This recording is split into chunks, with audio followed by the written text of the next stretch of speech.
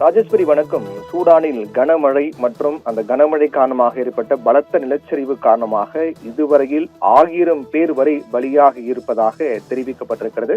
தொடர்ந்து மீட்பு பணிகளும் மிக தீவிரமாக மேற்கொள்ளப்பட்டு வருகிறது. கடந்த சில நாட்களாகவே சூடானில் கனமழை பல்வேறு பகுதியில் பெய்து வருகிறது. அந்த கனமழையினால் ஏற்பட்ட நிலச்சரிவில் தான் இந்த அசம்பாவிதம் என்பது ஏற்பட்டிருப்பது என்பதும் குறிப்பிடத்தக்கது. மிக முக்கியமாக பார்க்க வேண்டிய விடயம் என்னவென்றால், சூடானில் ஏற்கனவே உள்நாட்டு கலவரம் காரணமாக லட்சக்கணக்கான மக்கள், அப்பாவி பொதுமக்கள் இதுவரை பலியாக இருக்கிறார்கள் மற்றும் கோடிக்கணக்கான மக்கள் அந்த நாட்டை விட்டு புலம்பெயர்ந்திருக்கிறார்கள். இப்படிப்பட்ட ஒரு நெருக்கடி நிலையை தான் சூடானில் வாழக்கூடிய மக்கள் எதிர்கொண்டு வருகிறார்கள். ஏனென்றால் அந்த சூடானை பொறுத்தவரையில் சூடான் அல் புர்ஹான் தலைமையிலான இராணுவத்திற்கும் அதே போன்று சூடானில் முகமது ஹம்த்ரன் டக்கோலா தலைமையிலான RSF துணை இராணுவ படைக்கும் இடையான அந்த அதிகார போட்டி மோதல் என்பது மிக தீவிரமாக பல ஆண்டுகளாக, அதாவது அதிகாரப்பூர்வமாக இந்த சண்டை தீவிரமடைந்தது என்பது 2023ஆம் ஆண்டு தான். 2023ஆம் ஆண்டு முதல் தற்போது வரை மிக தீவிரமாக இந்த இரண்டு தரப்புக்கும் இடையிலான மோதலால் அப்பாவி பொதுமக்கள் கொல்லப்பட்டு வருகிறார்கள். கொத்து கொத்தாக மக்கள் உயிரை துறந்து வருகிறார்கள். இதில் இதுவரையும் கிட்டத்தட்ட லட்சக்கணக்கான மக்கள் பலியாகி இருக்கிறார்கள். இந்த உள்நாட்டு கலவரம் காரணமாக கோடிக்கணக்கான மக்கள் அந்த நாட்டை விட்டு வேறு நாட்டுக்கு சென்றிருக்கிறார்கள். இப்படி ஒரு நெருக்கடி நிலையை சந்தித்து வரக்கூடிய சூழ்நிலையில் மனிதரால் ஏற்பட்ட இந்த உயிரிழப்பு ஒருபுறம் மற்றும் இயற்கையும் தன்னுடைய பங்குக்கு கோர தாண்டவத்தை அங்கே காட்டியிருக்கிறது என்றுதான் சொல்ல வேண்டும். அந்த வகையில் சூடானில் கடந்த சில நாட்களாக பல்வேறு இடங்களில் பலத்த மழை பெய்து வருகிறது. குறிப்பாக ஏற்கனவே கூறியது போல சூடான் விடுதலை இயக்கம் தங்கள் கட்டுப்பாட்டில் வைத்திருக்கக்கூடிய மர்ரா என்ற மலைப்பகுதி உள்ளது. அந்த மலைப்பகுதியில் தான் சூடானின் அதிகபட்ச மழையாக கடந்த சில நாட்களாக பெய்து வருகிறது. ஏற்கனவே இந்த மலைப்பகுதியாக இருக்கக்கூடிய சூழல் காரணமாக பலத்த மழை பெய்து வரக்கூடிய நிலையில் அந்த மலையில் மிகப்பெரிய ஒரு நிலச்சரிவு என்பது ஏற்பட்டிருக்கிறது.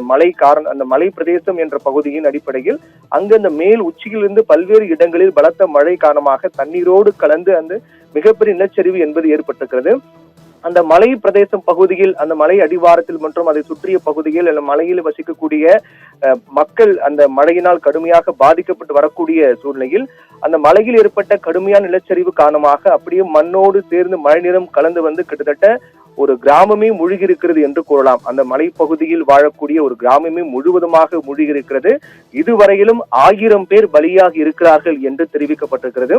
இந்த சம்பவம் நடைபெற்ற உடனடியாக இந்த சம்பவத்தை சூடான் விடுதலை இயக்கம் அதிகாரப்பூர்வமாக அறிவித்திருக்கிறார்கள். கிட்டத்தட்ட 1000 பேர் வரை பலியாக இருக்கிறார்கள் என்றும் தொடர்ந்து மீட்பு பணிகள் மேற்கொள்ளப்பட்டு வருவதாக சூடான் விடுதலை இயக்கமும் அதிகாரப்பூர்வமாக தெரிவித்திருக்கிறது. இன்னும் தற்போது முதற்கட்ட தகவல் தான் 1000 பேர் பலியாக இருப்பது. இன்னும் மீட்பு பணிகள் மேற்கொள்ளப்பட்டு வரக்கூடிய சூழ்நிலையில் இந்த பலி எண்ணிக்கை இன்னும் அதிகரிக்கலாம் என்றே அஞ்சப்படுகிறது. என்றால் குறிப்பிட்ட அந்த சம்பவம் நடைபெற்ற இடத்தில் கிட்டத்தட்ட ஆயிரக்கணக்கான மக்கள் வசித்து வருகிறார்கள். ஒரு கிராமமே அங்கு இருக்கின்றது. அந்த கிராமமே தற்போது அந்த நிலச்சரிவில் மூழ்கி இருக்கிறார்கள், மண்ணுக்கடியில் புதைந்திருக்கிறார்கள். பெண்கள், சிறுவர்கள், குழந்தைகள், வயதானவர்கள் என ஆயிரக்கணக்கான மக்கள் அங்கு வசித்து வரக்கூடிய சூழ்நிலையில் 1000 பேர் தற்போது வரை பலியாக இருப்பதாக தெரிவிக்கப்பட்டிருக்கிறது.